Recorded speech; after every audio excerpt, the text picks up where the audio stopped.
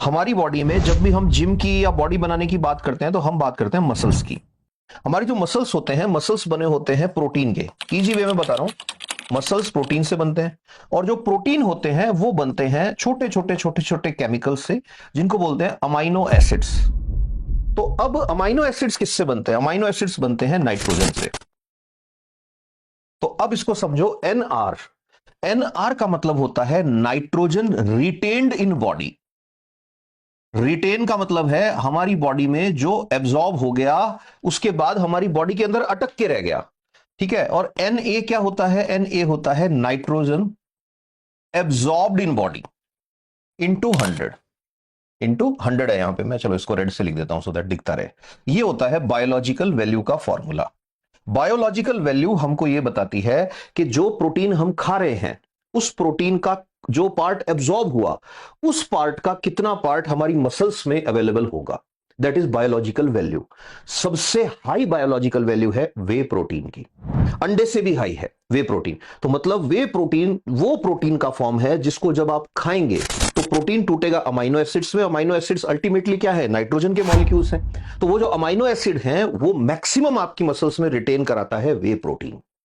यहां से बात शुरू कर रहे हैं अब हम वे प्रोटीन की साइंस वाली। साइंस वाली इसलिए कह रहा हूं कि इंटरनेट पे इतना कुछ अवेलेबल है, वो सारे लोग जो ज्ञान बांट रहे हैं इंटरनेट पे, कहीं ना कहीं मुझे ऐसा लगा साइंस के पॉइंट ऑफ व्यू से हम उनसे थोड़ी अलग बातें करने वाले हैं। तो साइंस में जब वे प्रोटीन को देखो तो पहला सवाल ये आता है ना दिमाग में कि भाई क्यों वे प्रोटीन ही क्यों? तो बोलो कि वे प्रोटीन जो होता है उसका बायोलॉजिकल वैल्यू हाईएस्ट होता है प्रोटीन्स के अंदर। हाईएस्ट कैसे होता है? तो फिर उनको बताओ कि जितना आप खाते हो, ठीक है, आपने जैसे 100 ग्राम प्रोटीन खाया तो 100 ग्राम एब्जॉर्ब नहीं होने वाला, बहुत सारा निकल जाएगा बॉडी से, यूरिन में निकल जाएगा, फीकल मैटर में निकल जाएगा। ठीक है, बहुत सारा जो है प्रोटीन एब्जॉर्ब होगा। अब्जॉर्ब का मतलब हमारी बॉडी में अवशोषित होगा। जितना अवशोषित होगा वो सारा का सारा मसल्स को नहीं मिलने वाला। तो जितना खाए हुए में से एब्जॉर्ब होता है, उस एब्जॉर्ब हुए वाले प्रोटीन से डिवाइड करो उस प्रोटीन को जो मसल्स को मिलता है, तब निकलती है बायोलॉजिकल वैल्यू। और बायोलॉजिकल वैल्यू हाईएस्ट होती है वे प्रोटीन की। एक चीज आई। अब दूसरा सवाल आता है। तो एक सवाल का जवाब तो यहां साइंस के पॉइंट ऑफ व्यू से मिल गया होगा कि भाई वे ही क्यों। दूसरा सवाल आता है कि व्हाट इज वे प्रोटीन? ये वे प्रोटीन क्या है? तो यहां पे मैं आपको बता दूं कि वे प्रोटीन जो है, सबसे पहली चीज तो ये अकेला कोई मॉलिक्यूल नहीं है।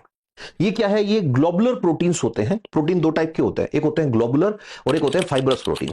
तो ग्लोबुलर प्रोटीन्स जो होते हैं उनका एक ये मिक्सचर है।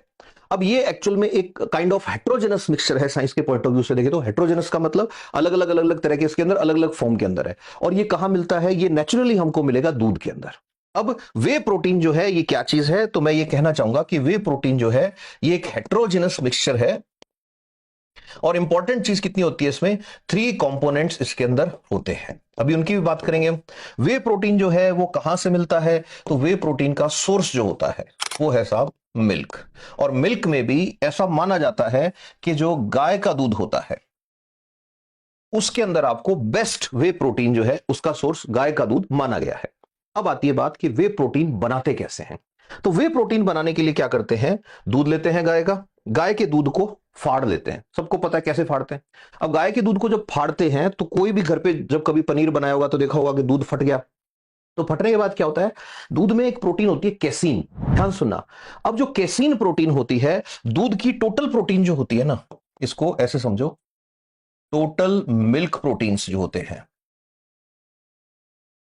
वो 2 चीजों से मिलकर बने हैं। 80% इसमें होती है कैसीन प्रोटीन और 20% दूध के अंदर होती है वे प्रोटीन। अच्छा, दूध के अंदर जितनी प्रोटीन है टोटल उसका 80% कैसीन प्रोटीन है। तो मतलब वे जो है वो टोटल, दूध के अंदर टोटल प्रोटीन नहीं है, दूध में कुछ प्रोटीन है, उस कुछ प्रोटीन का 20% ही वे प्रोटीन है। अब उस वे को अलग कैसे करना है? तो सबसे पहले दूध को हम फाड़ते हैं, जैसे पनीर बनाते हैं या चीज बनाते हैं उस हिसाब से दूध को फाड़ते हैं। अब दूध को जब फाड़ते हैं तो देखा होगा दूध का कुछ पार्ट नीचे जम जाएगा, ऐसे कुछ अलग रह जाएगा। अब ये जो नीचे जम गया ना, ये कैसीन प्रोटीन है, ये पूरा का पूरा कैसीन है। और जो ये कैसीन है ये कोगुलेट हो जाता है। कोगुलेशन का मतलब ऐसे छिछड़े जैसे बन जाते हैं। और जो ये जो लिक्विड बच गया, यही क्या है? ये है वे प्रोटीन। तो क्या आप वे प्रोटीन घर पे भी बना सकते हैं? यस। कितना मिलेगा? बहुत कम मिलेगा। क्यों मिलेगा? क्योंकि दूध जो है, दूध के अंदर बहुत कम प्रोटीन होता है। उस दूध की टोटल प्रोटीन में बहुत कम मात्रा किसकी होती है? वे प्रोटीन की होती है। यहां तक यह समझ में आ गया होगा कि वे प्रोटीन क्या चीज है। अब मैंने कहा कि वे प्रोटीन जो है वो अलग अलग चीजों से मिलकर बना है। तो इसका मतलब अपने को अब यह देखना है साइंस के पॉइंट ऑफ व्यू से कि जो लिक्विड जिसकी मैं बात कर रहा हूं, इस लिक्विड में होता क्या है। कि भाई बोल दिया कि ये लिक्विड है, लिक्विड के अंदर होता क्या है। तो देखो इसके अंदर सबसे इंपॉर्टेंट चीज जो होती है वो होते हैं लैक्टो के प्रोटीन्स। अब लैक्टोज वो शर्करा है जो दूध में होती है। ऐसे ही दूध के अंदर जो प्रोटीन्स मिलते हैं उनको भी लैक्टो बोल देते हैं। तो दो इंपॉर्टेंट इसके अंदर याद रखना है, एक लैक्टोग्लोबुलिन और एक लैक्टोएल्बुमिन। ठीक है। तो वे प्रोटीन अगर मेरे से कोई पूछे कि भाई वे क्या चीज है, तो मैं कहूंगा कि आपने दूध लिया, दूध में से आपने पानी, फैट ये अलग कर दिए। पहले इनको अलग कर दिया, तो मैं मिल्क माइनस कर रहा हूं ऐसे कि इसको हटा दिया आपने। कैसे हटाया? कि फाड़ के उसको अलग कर दिया। फिर आपने क्या किया? कैसीन प्रोटीन जो दूध की थी वो भी अलग कर दी। अब जो बचा वो क्या है? ये साहब वे प्रोटीन बच गया हमारे पास। अब सवाल आता है कि वे प्रोटीन में क्या है। तो वे प्रोटीन में है सबसे इंपॉर्टेंट चीज लैक्टोग्लोबुलिन। अब लैक्टोग्लोबुलिन जो है ये अप्रोक्सीमेटली वे प्रोटीन का 55% पार्ट बनाती है।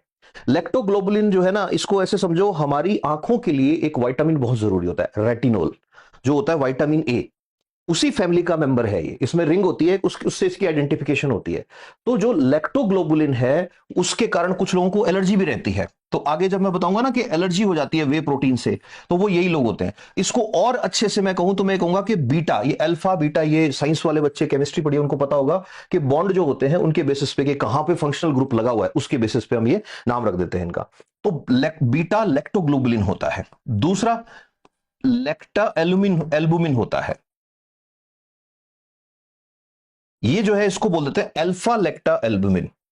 ये जो है लैक्टोग्लोबुलिन, ये अप्रोक्सीमेटली 55% पार्ट वे प्रोटीन का इसी से बना होता है। मतलब आप अगर वे प्रोटीन ले रहे हैं तो उसमें मैक्सिमम पार्ट लैक्टोग्लोबुलिन का है।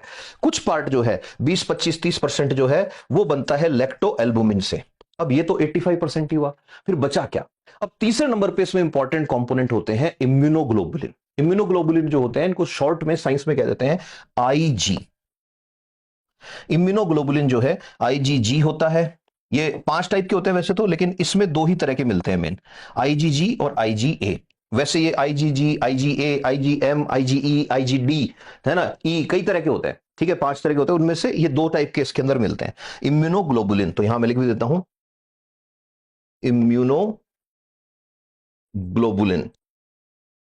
तो जो बच्चे पढ़ रहे हैं साइंस से वो याद रखना, इसमें देखो यहां भी ग्लोबुलिन प्रोटीन है, यहां भी ग्लोबुलिन है, इतने से में क्या है? एल्बुमिन है इसके अंदर। ये सारे के सारे कैसे हैं? लेक्टो के हैं, लेक्टो फैमिली वाले हैं, लेक्टो जैसी स्ट्रक्चर है। और क्या होता है इसके साथ? इसके अंदर अब आप दूध में से इसको निकाल रहे हो तो जो जो चीजें दूध में होंगी वो वाले विटामिन भी होंगे। विटामिन कौन सा? ए मिल जाएगा, ई मिल जाएगा, डी मिल जाएगा, ये वाले विटामिन जो हैं। इसके अलावा विटामिन बी जो है उसमें B12 मिल सकता है, और भी कुछ छोटी छोटी चीजें जो है वो आपको इसमें मिल जाएंगी। ये वो चीज है जिससे आप ये कह सकते हो कि वे प्रोटीन जो है उसका मॉलिक्यूल बना हुआ है। अच्छा, इसमें एक बहुत ही इंपॉर्टेंट चीज होती है जो ब्लड से रिलेटेड होती है। वो क्या होता है? जैसे लेक्टो लेक्टो आ रहा है तो इसमें ये वाले तो थे प्रोटीन वाले पार्ट, एक और चीज इसके अंदर होती है लैक्टोफेरिन। अभी जो लेक्टोफेरिन है ये क्या करता है? ये बॉडी में जाके और आयरन से जुड़ जाता है, और उसके बाद ये क्या करता है? बैक्टीरिया जो होते हैं उनको मारता है, तो इम्यूनिटी में भी हेल्प करता है। तो एक ये भी चीज अपने को याद रखनी है कि और क्या होता है इसके अंदर, कि प्लस कुछ अमाउंट लेक्टोफेरिन का होता है। और लेक्टोफेरिन क्या करता है? हमारी बॉडी को बैक्टीरिया से बचाता है, हमारी बॉडी को। तो ये जो है ये सिनॉप्सिस हो गया साइंस के पॉइंट ऑफ व्यू से, वे प्रोटीन किससे मिलकर बना है। ठीक है साहब। अब सवाल सबसे इंपॉर्टेंट ये आता है कि वे प्रोटीन जो है, इस वे प्रोटीन को कब खाया जाए? वे प्रोटीन का डाइजेशन कहां होता है? तो जो लोग साइंस से हैं उन्हें पता है, जो नहीं है उनको भी पता होगा कि हम जो भी खाना खाते हैं वो पहले यहां एक पाउच है इस जगह पे, उस पाउच में जाता है। उस पाउच को बोलते हैं स्टमक, हिंदी में बोलते हैं आमाशय। ये यहां पे है, ऐसे करेंगे तो वी बनता है यहां एक उल्टा। इसके अंदर जो है ये है हमारा स्टमक। अब सवाल आता है कि स्टमक है, स्टमक से आगे इंटेस्टाइन है, ये है स्टमक, और इससे आगे यहां पे है इंटेस्टाइन। इंटेस्टाइन को हम कह देते हैं आंत, स्टमक को कह देते हैं आमाशय। तो अब सवाल आता है कि जो हम वे प्रोटीन खाते हैं उस वे प्रोटीन का डाइजेशन कहां होता है। तो बहुत ही इंपॉर्टेंट चीज है ये क्वेश्चन, मेडिकल और पैरामेडिकल में तो पूछा जाता है बहुत बार कि वे प्रोटीन जो है इसका दूसरा नाम क्या है।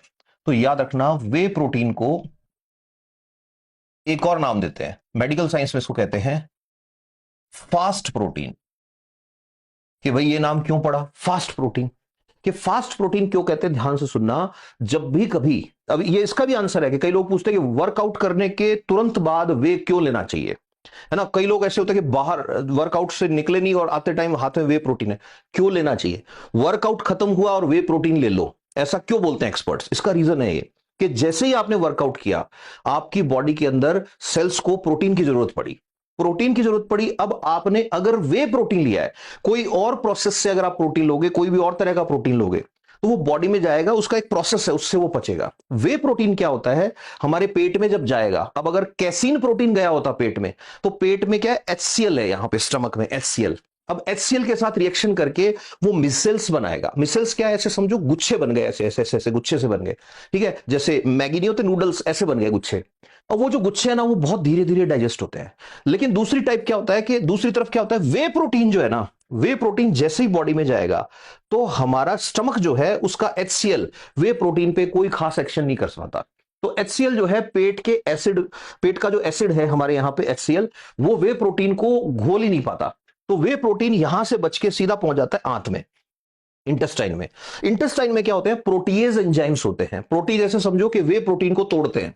तो वे प्रोटीन मुंह से आया आमाशय में, आमाशय से गया इंटेस्टाइन में, और इंटेस्टाइन तुरंत इसको एकदम से क्या करती है, तोड़ देती है प्रोटीएज एंजाइम की हेल्प से। जैसे ही तोड़ देती है ये सीधा ब्लड में पहुंच जाता है। तो ऐसा देखा गया है जब स्टडी की गई कि ये एक आदमी का बॉडी का लेवल है। और ये ब्लैक वाला ग्राफ जो है ना, ये मैं बना रहा हूं अमीनो एसिड्स जो जिनसे प्रोटीन बनता है। तो जैसे ही आदमी ने वे प्रोटीन लिया, उसके 10 से 15 मिनट बाद एकदम से बॉडी के अंदर अमीनो एसिड्स जो हैं उनके लेवल में स्पाइक आता है। इसको बोलते हैं वे स्पाइक, ठीक है। तो एकदम से इतना तेज कोई भी प्रोटीन आपके सीधे ब्लड स्ट्रीम में नहीं पहुंच सकता। सीधे का मतलब इंटेस्टाइन से एब्जॉर्ब होकर नहीं पहुंच सकता, जितना जल्दी वे पहुंच सकता है। तो ये इस बात का आंसर हो गया कि वे प्रोटीन को फास्ट प्रोटीन क्यों कहते हैं, कि भाई इससे तेज कोई सोर्स है ही नहीं, इतना तेज जो है ये है ही नहीं।